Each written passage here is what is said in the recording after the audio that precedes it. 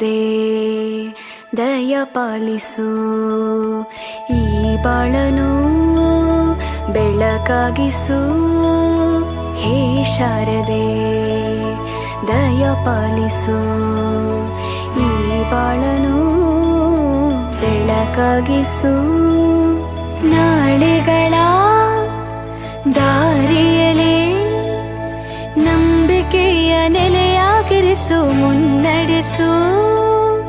ಕೈ ಹಿಡಿದು ನಾವಾಡೋ ಪದ ಪದದಲ್ಲೂ ಸಂಚರಿಸು.